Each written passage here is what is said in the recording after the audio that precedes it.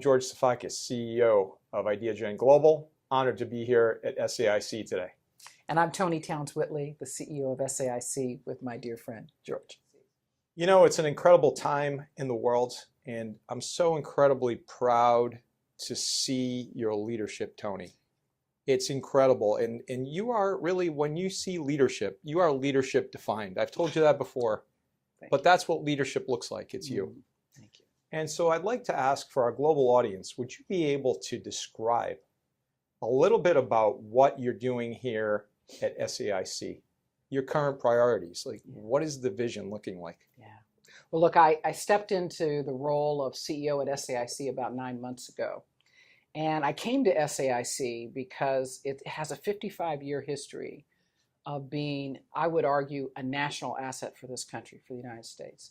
It's a company that has, before STEM was cool, before tech was cool, they were challenging sort of our national security policies, processes, and programs with embedding more technology and innovating back before, again, that was a new idea. And in those 55 years, SAIC has become one of the premier system integrators, mission integrators across the national security, the civilian government, and even into our state and local government. And so coming from Microsoft, where you and I met years and years ago, where we built so much innovation, and then being able to join a company like SAIC that sits in mission critical environments around the world, around national security, around securing borders, and integrates that technology, that complex evolving technology that we've all heard about, whether it be AI or data science or even digital engineering. They integrate that into the mission critical environment to further secure our country. And so when I got the call, I said, absolutely. I called the founder of the company's daughter, the founder's past, Dr. Beister, called his daughter, and she reminded me of the legacy of why they started.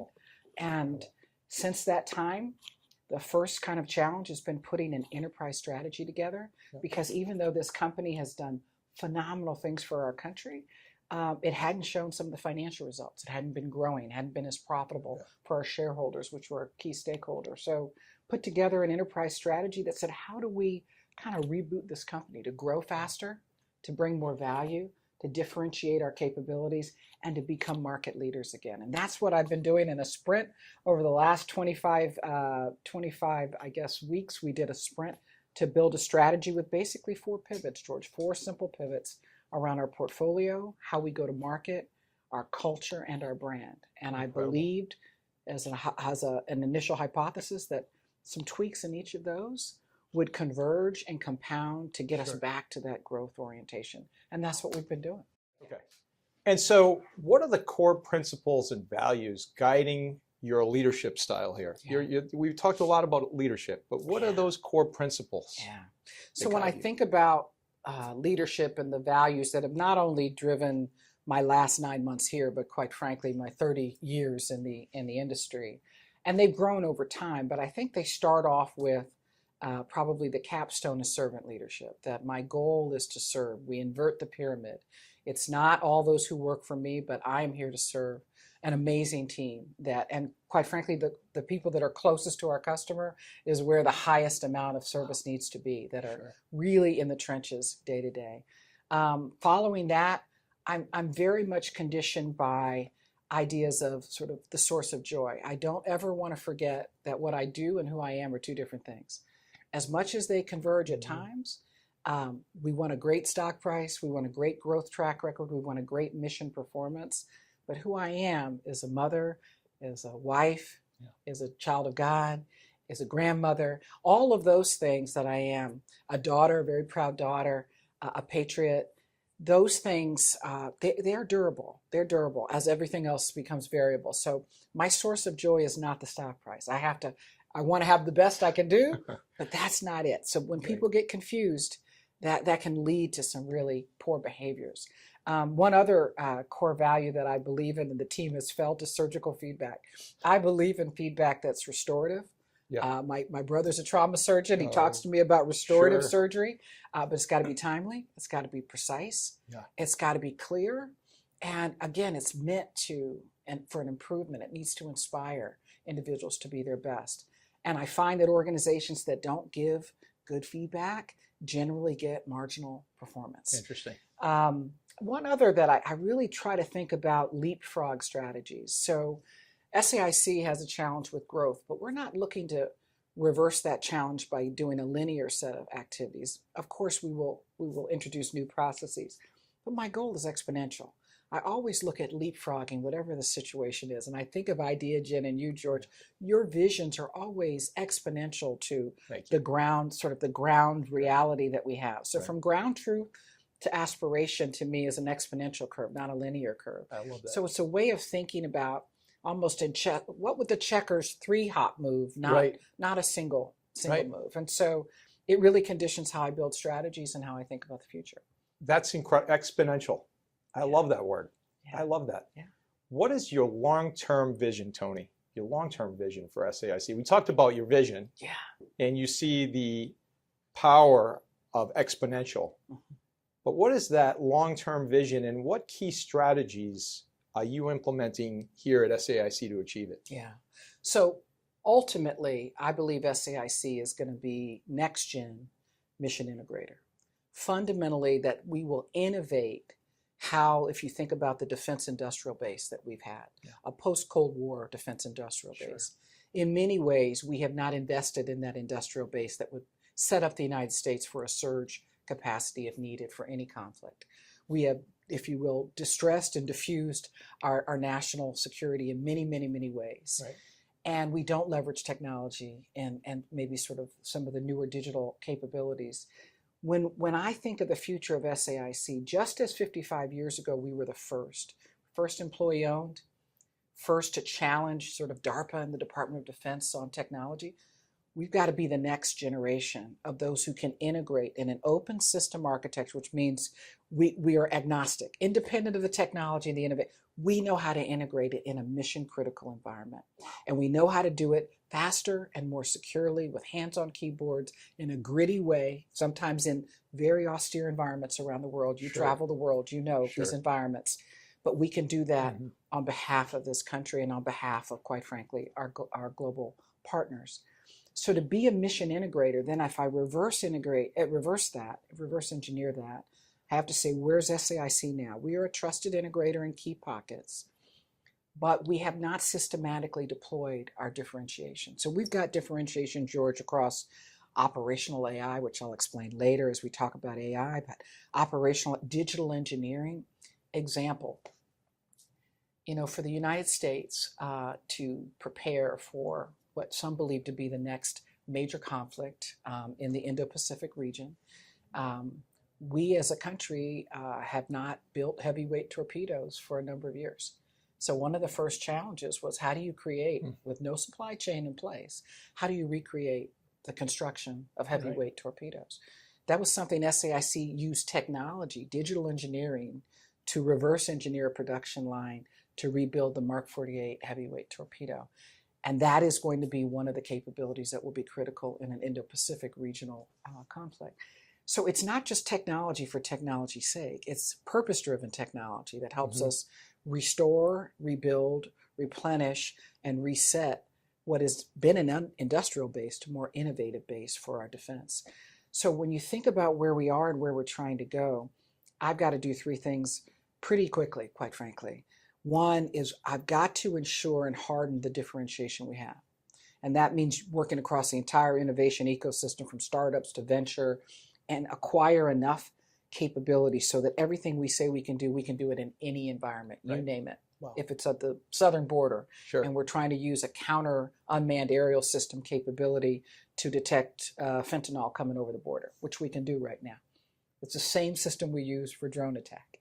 So see, these technologies, as they converge, can we use them, apply them in every environment? So I've got to harden our differentiators.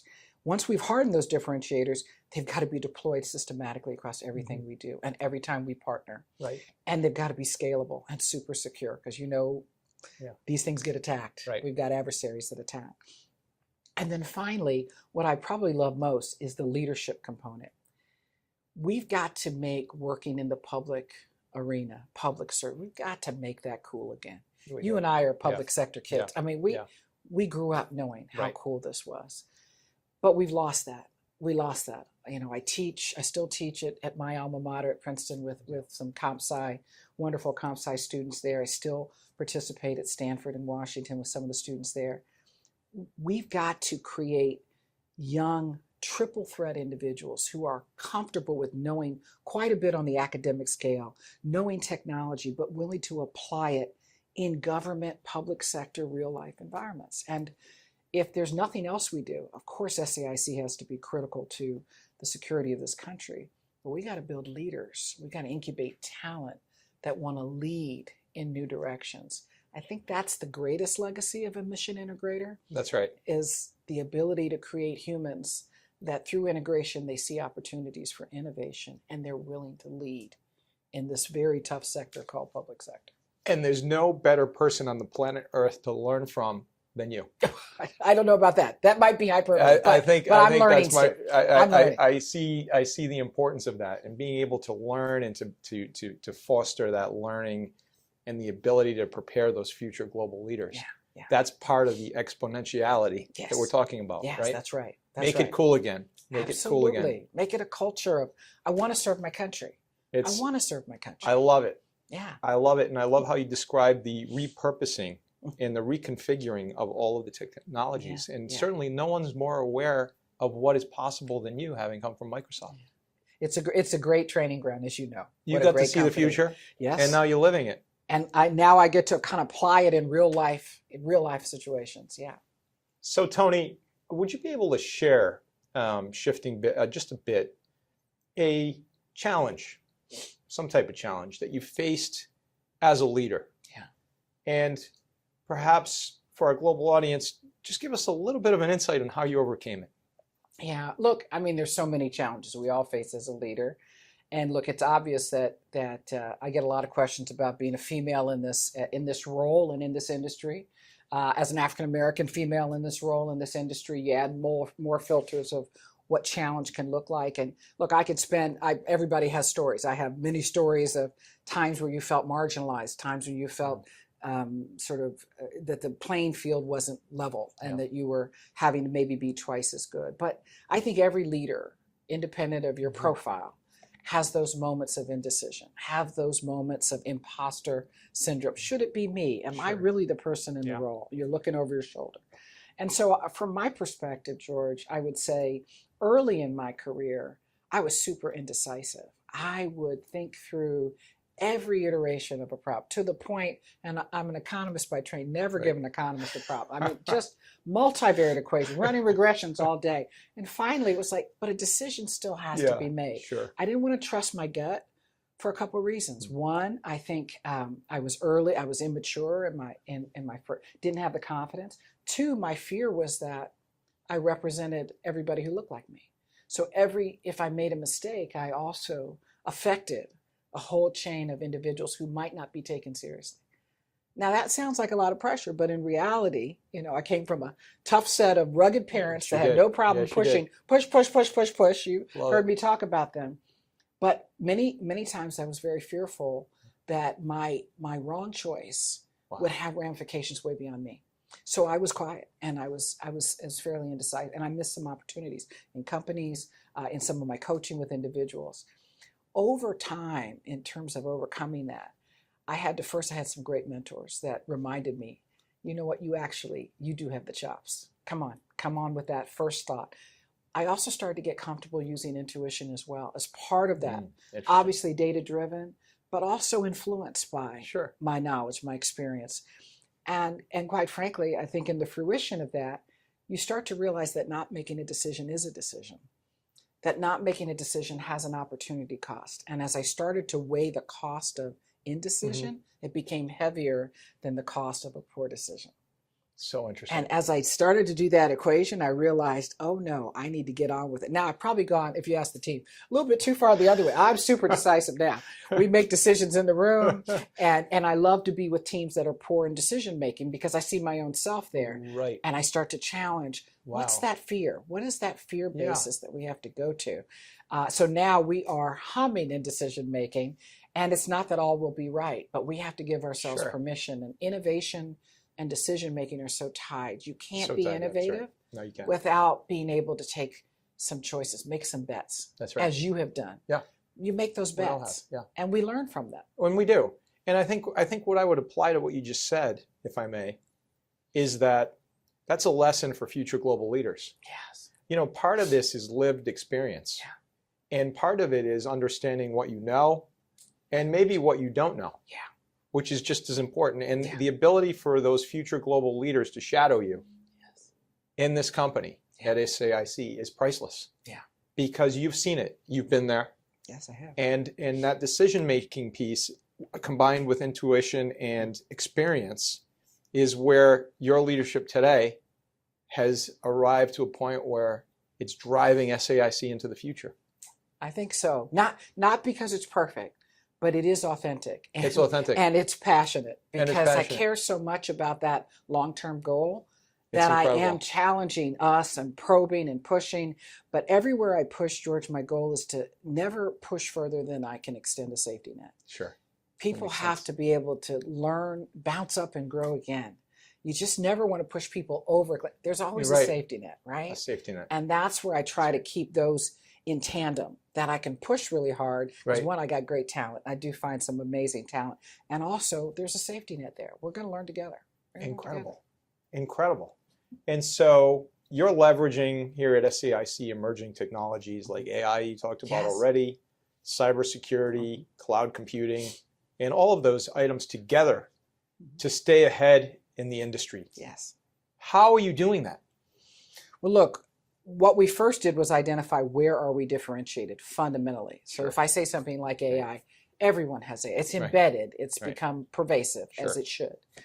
But we talk about it in terms of operational AI. Why? Because we're talking about sort of applied AI in very mission critical environments. We're Right. talking about AI where you have to consider AI as lightweight, the form factor of AI, the size, how it handles in different temperatures. This is called mission critical AI because it's not just AI in a Right. lab. It's not just AI on a laptop Real for world. us. This is real world, Yeah. edge, austere environments, right? We also talk about AI as it relates to, in our world, because of national security, what we would call air gapped, right? So it has to be able to be reliant in various classification levels. It has to be self-sufficient AI. This isn't AI that can be overly programmed. It has to be low code. So a warfighter, independent of background and education, can quickly come up to speed on how to use the solution.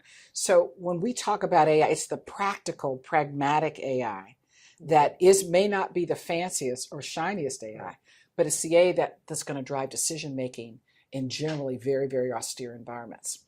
That on the border, on the southern border, how do we detect? How do we leverage AI to detect fentanyl or opioid coming over or a bad actor versus a phenomenal move over the border, which is maybe a trade opportunity. So we think about digital engineering as another area where I'm so excited about the work that we do in digital engineering, taking engineering to the next level of embedding digital capability. So everything we do, we first start with, do we know that we do it at the enterprise level versus just at a point solution for a human or for an organization? If we can do it at enterprise, or can we secure it at the enterprise, which means we do a lot of work in quantum to make sure we can't not just secure it today in quantum safe, can we secure it as algorithms change with quantum? And then we also do it, can we do it not just for the US, but for the globe? And this is where you think about, there's a concept called multi-level security. So George, think of it in terms of, if you could think of an Excel spreadsheet, let's go back to my Excel spreadsheet. You know, we used to be able to secure things by the column and the row, but imagine when you can secure by the cell. We have to be able to secure data to a classification level, that George is allowed to see this data because of his classification level. Right. That data could be coming from 25 different sources. So what parts of that data can George see? What can George now share with Toni based on my classification level? And we're in the middle of a war fight. So it's got to be fast, it's got to be secure, and it's got to merge based on classification. So it's called multi-level security. Sure. It's a unique capability, not done generally around the world. We're pretty unique in this. Being able to do this as coalition warfighting, when the U.S. goes to battle with other countries that all have their own classification systems, how do you converge data for the best decision analytics? So when we think about hardening our own capability and then deploying our capability, It's all with the intent of trying to, if you will, shore up the U.S. military, to be fair, shore up our partners around the world, shore up our borders, shore up our critical infrastructure from the cyber threat, and use these technologies to kind of change, if you will, the citizen experience even with government. Incredible. Yeah. Incredible. What a journey. Yeah. And so when you're looking at the impact, this is leadership defined. We've come full circle. What advice do you have for future global leaders? What's that piece of advice that you want to share, Toni? Simple question. Thanks, George. Yeah. Let's see. Advice for future global leaders. First of all, think globally. I'm going to pull from a former president, if I can, who taught me, I won't name the president, but I'll just say I had the opportunity to be on stage with the president who said, think big, be big. 4 words. Think bigger thoughts than those around you. Think at an altitude that is higher. Think more expansively. See the picture. Pull back the aperture. See it bigger. But then show up with bigger character. Show up as a big person. You can think big thoughts and not have the character. You may implement a few things, but you won't create a legacy. You can have a great character, but see too narrowly, and you can't change the world. But if you think big and you be big, pardon the bad English, together that sets the global. That's honestly, George, that is your model. You think big and you show up as one of the most highest integrity humans I know and a dear friend. And I say that personally, but I could also say that professionally and collectively. That's how you get to global leadership, how you think and how you show up. Toni Townes-Whitley, SAIC, leading the way, changing the world, leadership defined. Thank you so much, George. Thank you you. very much. Good to see you, Don.